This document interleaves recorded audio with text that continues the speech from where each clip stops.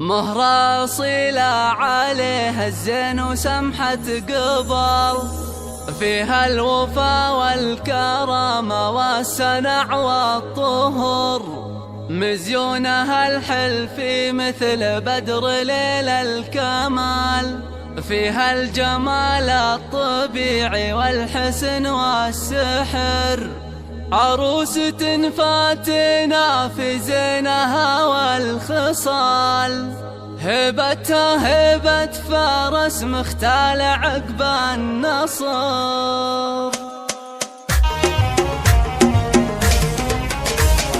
كتبت جزء